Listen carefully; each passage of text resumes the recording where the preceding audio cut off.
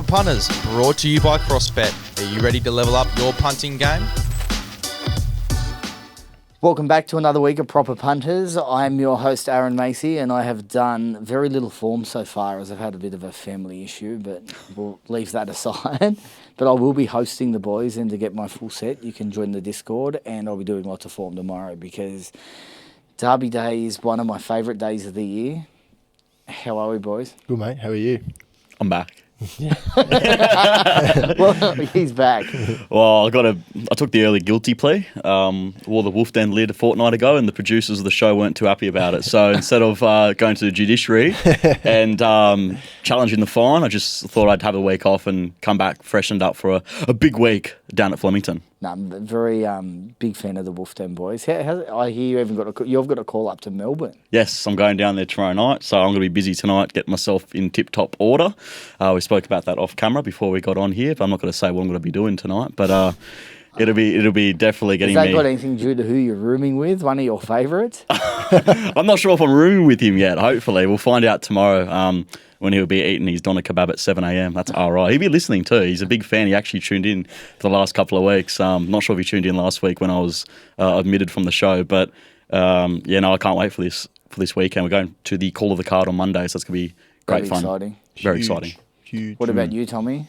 Mate, can't wait. Love this day. We were just speaking off air. JC thinks the Champions Sprint Day is a better day than Derby Day. Yeah, well, JC's a greyhound man. Don't even know what I'm talking about with horses. Put JC back in the corner. Yeah, I know. No, but this Saturday's the best day of the year. Always is. And fat racing. And to many of our other punting friends that seem to not like Mr. Volandis, one thing I will say is PVL's actually kept Sydney racing going good right up until... there's still decent racing in Sydney. Do you remember, a few years back... we would have had 3 weeks of shit Sydney racing. Now It's been good quality animals. Yeah, it's been good. It's been really good. Not good enough for J-Mac. He's decided to catch a Virgin flight down to Melbourne. He has. Yeah. It's where the big racing is. That's now. true. Black tie. Flemington. Black tie. Helps. Helps. Do you really think he flies Virgin, though? Maybe Jetstar, who knows? I think he can J-Mac Jet. J-Mac Jet, probably. All right, we'll just do the one race. We'll do the Golden Eagle in Sydney. We got the Japanese horse in favourite. Have we had a look at the map? Yeah, map's interesting. I didn't actually watch the Golden Eagle barrier draw on Tuesday night, was it? Did any of you catch it? No, I don't think it was a circus this time, so didn't quite tune into it. No, missed it. What was the circus last year? The Everest one was the circus, so I didn't know what they were going to do for the Golden Eagle. So that's right. People getting shot out of cannons. Great fun. Great fun. PVL's money going to good use. The Jap draws wide, as does the other international Lazat. Be interesting. Plenty of speed, big field. That 1500 at Rose Hills, a long straight before they turn. So plenty of horses wanting to find positive positions before turning. The Jap will be ridden quiet, I think, as will JIMMYSSTAR, the second favourite. I think 8-11, they'll be ridden midfield, going up in distance, try to sustain that turn of foot. Don't want to be ridden too close and it just races flat. I think Ostraka, Lazat will push forward as it has overseas. Tom Kidden from the Good Draw can use a good draw. I think that as the market said from early doors, it's all about this Jap. I think Sportsbet and that were up $5 yesterday. It's into $3.90, $3.80 now. Was it last year they won this race? Who won the race last year? Obam Burma. Yeah, the Jap. It was Joshua Parr coming in. Up the inside. Up the inside rails. Home you go, son. Yeah. Yes. They just seem to be superior. Yeah, and I think this horse is better than Obam Burma, or coming over with better credentials. Did you see that? Something Riz underneath. His laptop just keep the laptop planted. Maybe two.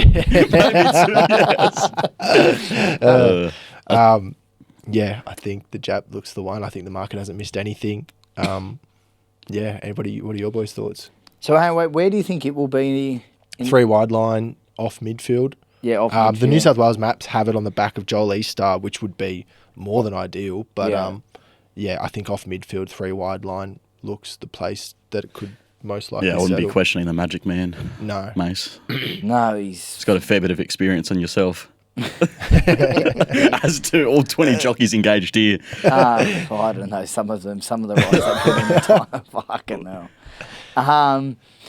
Yeah, wow. That's a big rap from you. I think he's definitely the better horse. Like last year's one didn't come with a huge rap though, did it? No, it didn't come with the credentials. I mean, this horse is already a Group 1 winner in Japan.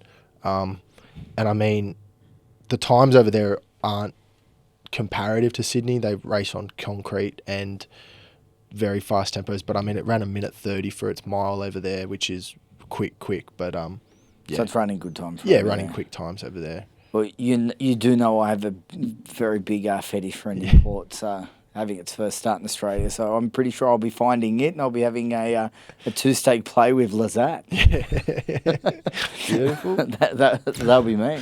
What Oh, if he you said need that to do the earlier. race? Yes, well, I'll tell you what I'm not sweet with. The camera angles in Japan. It's a bloody horror show to watch the replays. They just pan to the crowd. Like, let me watch the horse's action. Let me see what his style is like through the line. Too busy old mate in the crowd. You miss half the bloody horses. Yeah. And then it pans back to it. There's 20 metres left. Well, and they they're getting zoom eased into up. the leaders and they don't show you the miss whole, everything. the whole I've field. normally had 100 each one. The thing that's trying to just pick up out the back, but I don't know where it's at. Too busy showing old mate flicking his ticket on the bloody sideline. Oh, anyway, no, I'm with JIMMYSSTAR here, sticking with the local Hope, number 16 down the bottom there. She obviously won the Caulfield Guineas over a mile. There's plenty of criticism around for J-Mac's ride in that Everest, and I don't have any criticism whatsoever. He did give her a dig out of the barriers. She just wasn't able to keep up with what seemed to be a very quick tempo, obviously being one of the better sprint races across the year, across the world. I think the rise in distance is obviously suitable, and K-Mac on board because J-Mac's been flicked down to Melbourne. But he'd rather be down there, wouldn't he? Yeah. He would. Wouldn't he? Would. No, yeah, I wouldn't be too critical of the ride, just I don't think. He's a bit of a victim of circumstance, but fuck, she hit the line well.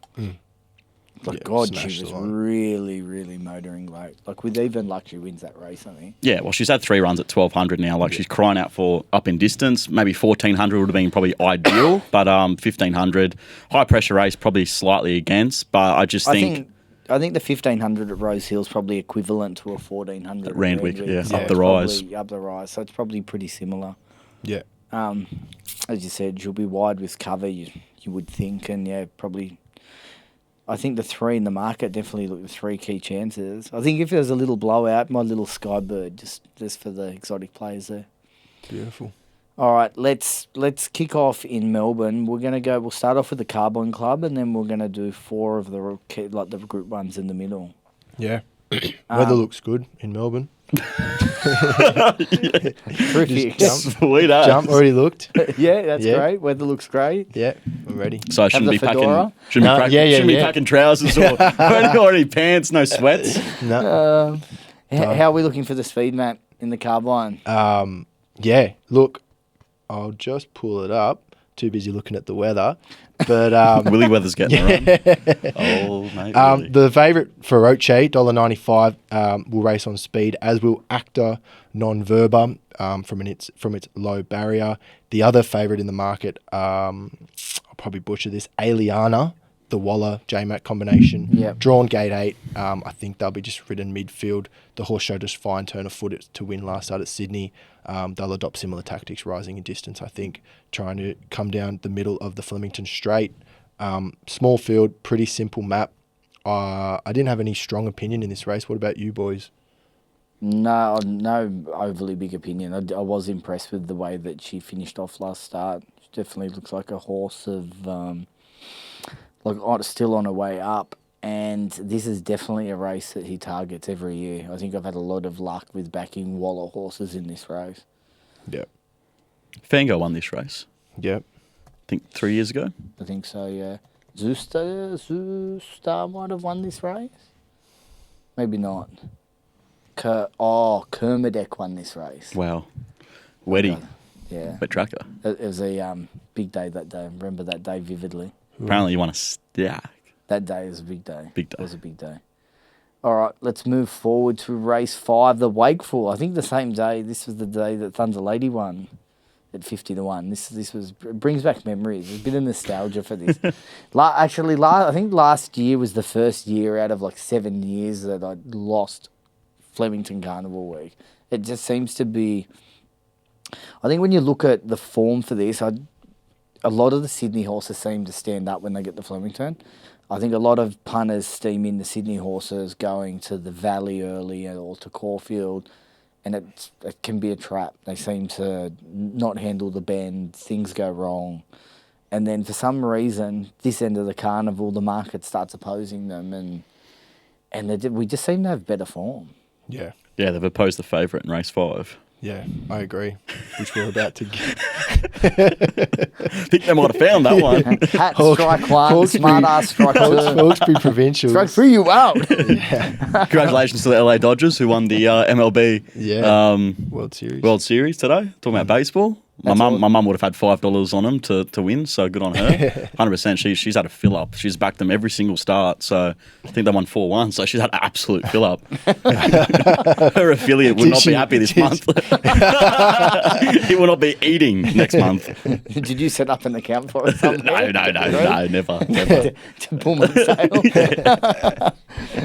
All right, we go to the Wakeful. Yes, Sydney horse just made a mockery of everything that I just said. Absolutely bolted in last start. I was really keen on her. I was a little bit keen on her 2 starts ago when she was ridden upside down to lead. And I thought her run was pretty admirable that day. I was hoping she'd go and find a similar style race so I could back her again. And then he obviously took her to Hawkesbury. You dive into $1.18? What's that? Did you dive into $1.18 at Hawkesbury? I got $1.20 the fare. Fill up. No, I didn't. I didn't dive into the $1.18. I'm not that sick. I am. She's a great odds boost. For multiplayers. Yeah. 20% profit on turnover. How are you seeing this one, Tommy? Yeah. These lightly raced types going up in distance tend to not overdo it. But yeah, I could be jumping the gun and they're going to fly out like the Cox Plate.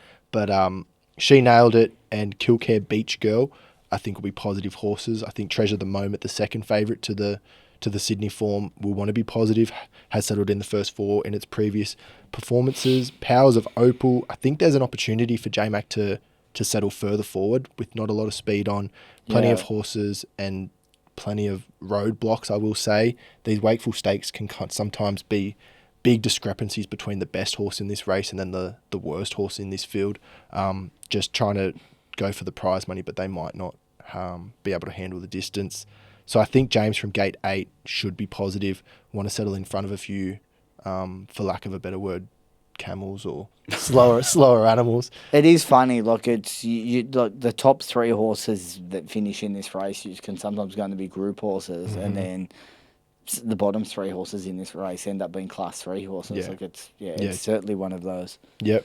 I thought that the market chances, Treasure of the Moment and Powers of Opal, have positive maps. I couldn't really split them. Jenny's Meadow, gate 6, I think they'll be ridden off midfield. And then you've got your wide draws all out at $26 to $31. So I think they won't really be pushing forward. I'm going to stick with Powers of Opal here at my early choice. The only thing I will say about this race, and you've got to be very careful with it, is the fact that their main event is in 5 days. Yeah. So it is something you got to be very cautious of. It's not one that I would like steaming into shorties. Mm-hmm. I think the early market was critical because Sportsbet put up $2.70, no deductions. It's into $2.35. They're clearly, early punters are saying that Hawkesbury form is good enough for a race like this, which I think needs to be taken with some sort of respect. Well, I think, it's not so much about the Hawkesbury form. It's probably the form from the races before. Yeah, correct. She still was only, even though she's ridden upside down, beaten 4.5 to horses like Lady Shenandoah, Harlem Queen. And when horses get that first win too, you see them can string a couple together, but just when they get that confidence. Yeah, definitely. Stephen got 3.8 lengths of broadsiding in a Fernhill. It's not bad form for a race like this.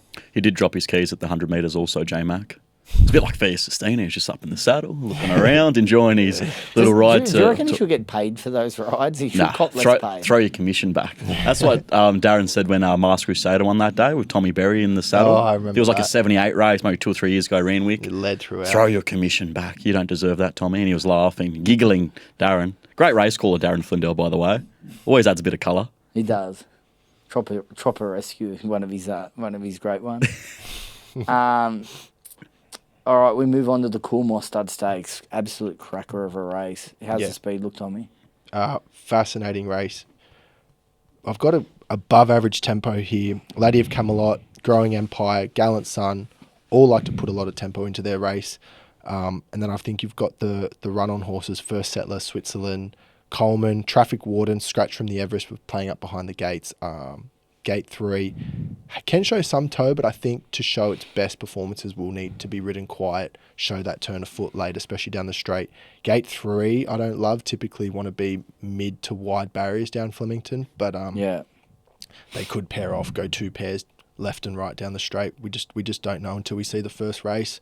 But the market kind of has it spot on, I thought, looking at it early doors. The Everest horses are being respected, and as they should. You got Switzerland off a dynamic win. Missed the Everest. Coolmore selected Stormboy. I definitely think they pulled the wrong rein there. Yeah, I think so too. But it was the horse that was far better suited for the race, and now he's not here either. So yeah, definitely. But Coolmore then have earmarked this race for Switzerland. I thought there was some slight value in Switzerland just compared to what Price, Growing Empire, and Traffic Warden are.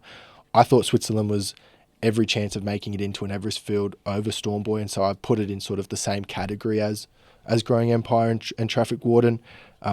It's hard to oppose Waller, J-Mac, Coolmore. Those colours gives Home Affair vibes when J-Mac led throughout. And at the 650, I thought I was happy to play that way over Growing Empire. At the quick look so far, he's definitely top pick for me. As you said, there's good pace in the race. He's going to be suited by the good pace. Drawn well, can go either way, whichever way the track is following. Obviously gets J-Mac. Win was dynamic. That form's franked too out of that Switzerland race. Yeah. And I just think the thing I like about it is this is his major target, where even though the Everest form is solid form, and you can see although Traffic Warden didn't run, he's been set for this race. The other two were set for the other. So I do think he's going to be ready to peak. I think he is the value each way at the 650.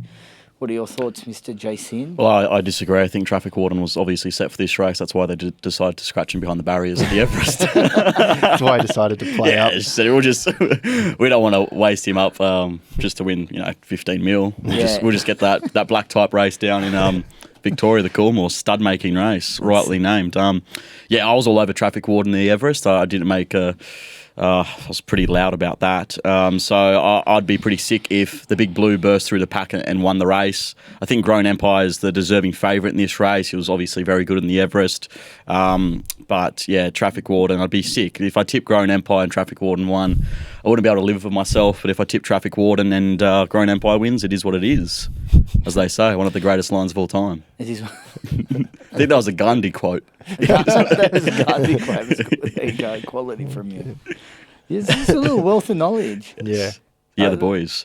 It was actually one of your previous jobs. I don't know if you want to mention it. You seem to have a wealth of knowledge. You brought a product in there from there today. We won't bring Mace needs a little bit of help, that's all we'll say. Let's just say he does know his tools. Yes. It wasn't Bunnings. We move on to the Victorian Derby, race 7. How's the map look, Tommy? Really tricky. I've got a fast pace. I've got a few horses that I want to roll forward. West Indies, Oxford Blue, Hot to Go, War Ribbon. I mean, they're all double, triple figure odds even. Will they be roadblocks? I don't know what the favourites want to do. El Costello, Gate 18 off a Spring Champions win. Gate 18 is very tricky. You don't know what they'll want to do from there. I think they have to be positive and just ride the horse how they've been riding the horse. The horse is flying, so Gate 18, they've got options. I found this one really tricky, but I think there could be some roadblocks. King of Thunder, Gate 1. I think if all those 100-to-1 horses get across and lead, he could be sort of 5 back the fence in a world of trouble. Might have a ton of horse and it could be a sick watch. But really, really tricky one. I didn't have a strong opinion. He certainly looks like a horse of substance, though, doesn't he? Definitely on the right trajectory. I think you might have tipped it On debut. Yeah, a few shows ago, Mace. King of Thunder. I did. I tipped him a while back. He's a little bit disappointed. I think he's run. This is well back when it was in his maiden. He was in a race that just didn't suit, and then he's progressed. He won at the shorts, absolutely walked in, and then I thought his run in the Vars was definitely good. Barrier 1 clearly could be a concern, as you said, but you are getting each way. Quote to have a look. What are we thoughts on El Costello? Do you think he'll get the trip? Yes. I think he will. Yes. But I think too, you see in these derbies, these horses that perhaps aren't suited to the distance are suited by their class, and the class just stands up in these derbies. More particularly the Oaks, I think, when the fillies are really weak. Just finding the best filly might not always be suited to that distance, but they stand up. I definitely agree. I agree with all those statements. They look the two so far for me. Thought Trying to See looks to be going well. And what do you think about Tenbury Wells? Any opinion there? It's a grinder. Yeah, there's a few grinders in this race. Yeah, there are these. Not talking about your favourite app. Yeah. But few one-paced horses in this. Yeah. I think King of Thunder's been ridden incorrectly his last couple. I thought that win at Campbell over the mile, where they just pushed the button, went straight to the front, and he just continued to build through his gears through the line, was great. I was on him last week at Moonee Valley, bit of pocket talk, but J-Mac might have gone a little bit late. He was just kept grinding towards the line. But I did think that was a bit of a Mickey Mouse race. It was just shit house realistically. The ratings were awful, slowly run race. Don't think we learned anything out of that. The race that Red Aces won, so I don't think there was any substance behind it. So I've subsequently binned the form, gone in the bin. El Castillo's win, I think, in the Spring Champion had a lot more merit. I think him and Henline probably would have run the Quinella in this race, just purely off class. Obvious concern, barrier, map, but have him on top. Saving on the 6, King of Wall Street. I thought he was really good last start, winning over the 2,000 metres at Caulfield. Just grinds it away, got the head bob over China Sea. He's obviously a 3-year-old colt, as most of them are. Done deal, rising in distance. Matt Kamani obviously knows how to train his stayers, and thought he was a fair enough price at $15. Beautiful. Bit of value from you, JC. Doesn't happen very often. rather that $1.18 at horse. Yeah. Yes. Dive into the red sauce. Love that. It'll just be like a ticket at Hawkesbury, just waving it on the. That was me. Just like that Jap at Hawkesbury. All right, we move on to the Empire State Rose. Empire Rose State. Good song. We're getting there. We are getting this. It's been a rough couple of weeks. Is that Jay-Z and Beyonce? Empire State of Mind or something? Yeah, something like that. We're certainly not allowed to talk about Diddy anymore. Actually, he looks familiar now. I think I might have seen him walk in a few of my shops. Flemington race 8. What's the speed look like? Grinzinga Bell, I think they figured out the key to this horse, and that's going quickly. Damien Lane went too slowly at Moonee Valley and got swamped.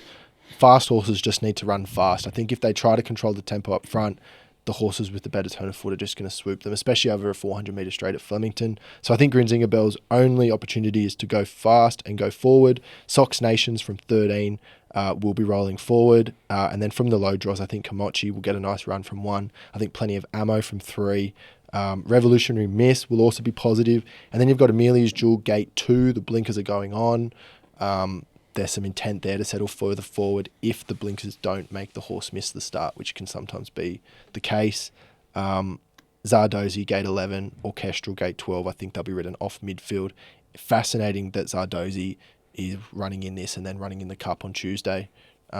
It's a bit of a Bart Cummings. It's the old school Bart Cummings. It's the old method, yeah. So fascinating. Tells me that this is just a tick around, hit the line hard, but Tuesday is where we're targeting. Fascinating. I didn't know which way to look in this race. I was going to go to you boys first before having a better opinion. Jason, take us away. Yes, well, the 2 class mares of the race, Atishu, Zardozi, both dropping in distance, so that might potentially be against both of them. Obviously, it would be a great training effort if either of them won, and if Zardozi happened to win on Saturday and back up a couple of days later and win the Cup, that's a Tremendous effort, I would have thought. I'm sticking fat with Kamochi here. Let's go Kamochi. I thought she was okay against Strucker, who's won pretty much like every single race he's been in this preparation. Yeah. She just grinds it away. She's just slowly rising in distance. She obviously was tried out to 2000 last preparation, but if you go back to the preparation prior, she did run second to JIMMYSSTAR in that Caulfield Guineas, which has proven to be a very strong Caulfield Guineas at that. I think she'll just get a really nice run behind Grinzinger Bell. And just with a lot of those horses that are the class runners dropping in distance, I think she'll be the first cab off the ranks type thing. Just pop off Grinzinger Bell, hopefully show a nice sharp sprint and hold on from the closes.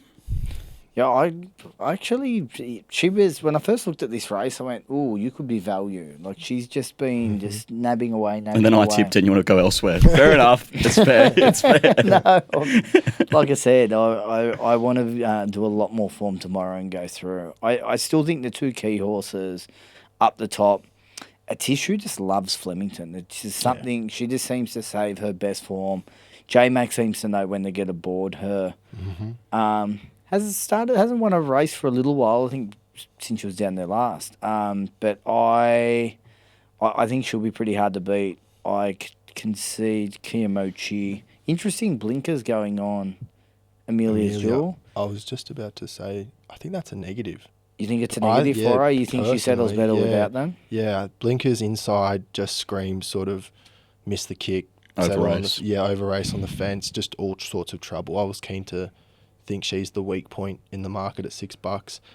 I don't think she's going as well. Yeah. I don't think she's going as well personally. I think it's a bit of I agree with Tommy. I think it's a bit of a kitchen sink. Try and find something. I did hear that she needs to sort of be revved up a little bit now. Whether she's looking for even further than a mile, who the hell knows? She's getting older, obviously, and that's what can tend to happen with these mares, or maybe she just isn't at the same level. Hopefully she doesn't throw egg on our face on Saturday, but yeah, I was in agreement. I thought we could steer around her, and she was probably taking up a bit too much market percentage. One horse I'm a little bit interested in to have a look at is Orchestral. She's got the blinkers on first time. Her win, if you go back to her win over to La Vida that day, was a really tough win. Yeah. Runs of late, obviously not as good, but wouldn't be surprised to see her bounce back. They're really good, the Roger James and...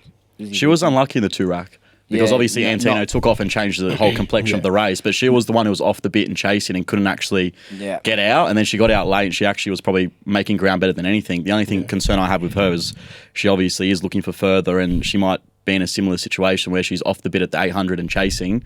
I think that's probably where the blinkers first time are going to come into action. Yeah, fresh. That will sharpen her up and get her a little bit more racing, a little bit more tractable early. One at odds, which I'll give a little push for. I think he's absolutely flying at the moment. Lekvart? Lekvart. Yeah, I was just about to say Joe Pride's airborne. I mean, he got Chilwolf to just sort of run through brick walls off the Epsom into He's still running through a brick wall right now. Absolutely airborne. I like the way the horse won last start at Randwick. Was really strong through the line. And these mares races, I don't know, my record in them is shocking. I tend to always find the favourite or find something and get knocked off by something at 40s. I think this horse is good enough to race with the best of these. And, I mean, if you can put sort of holes in Amelia's Jewel, you could put holes in a Tissue coming back to the 1600, could have not been targeting this, was targeting the Mr. Brightside race last start. Yeah, I think at 20s it's worth an each way shout. Yeah, I almost made mention of it myself. I was impressed with the win. I was actually really sick because I almost tipped it last start. It's always been a horse of mine. The trials at the start of this prep are really good. No, definitely no knock there. Love it. All right, well let's move on to your best bets. You can take it away. All right. We'll go with 3 best bets this week. We'll start off in Sydney, only one in Sydney. It is in the Golden Eagle. I'm going to get this pronunciation wrong, but I think it's Ascoli Piceno. Over from Japan, Group 1 winner in Japan over the mile. I think this horse has stacks of ability, lightly raced, and I think we'll be seeing it go with a bang. Then we'll go down to Melbourne. Flemington, race number 4, JIMMYSSTAR. The market opened up second favourite, and the punter said that's wrong. It's now into $2.60 favourite. I'm all over it. I think this horse has returned far better this preparation, and it will make it 3 from 3. And then we'll go down to Flemington race 6, the Coolmore. I think Switzerland is completely targeted for this race, while the others coming out of the Everest, I thought their grand final was last start. So I'll be looking to back Switzerland. J-Mac, Waller, he's flying. I'll be on him. It's just always tough act to follow. You know, you just get that, all the crowd standing, massive ovation, and then you. Then me. Just anyway, we will try our best. Then we'll start at Rosehill, race 6, number 15, left field. Flies fresh, this mare. Both her wins have been first up in the past. 2 soft trials over the 800 metres, flooded to the line in her recent one. Do concede 1100. Rosehill is a bit of a leader track, but she's got nothing on her back, and she'll be flying home late in the piece. Head down to Flemington now, hopefully close you out a winner. Race 9, number 7, Infancy. She's about $1 million to 1 here. Been racing in Sydney of late. Has had a bad run of barrier draws, drawed wide, been restrained.